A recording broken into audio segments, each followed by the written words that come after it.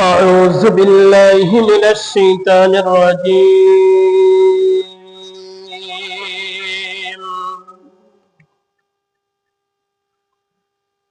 بسم الله الرحمن الرحيم.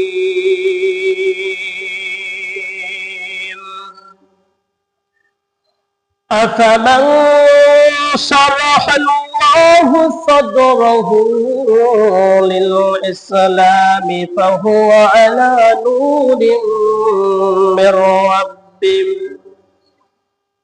فويل للقاسية قلوبهم من ذكر الله أولئك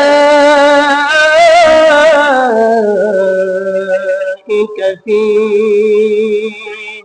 ضلال مبين.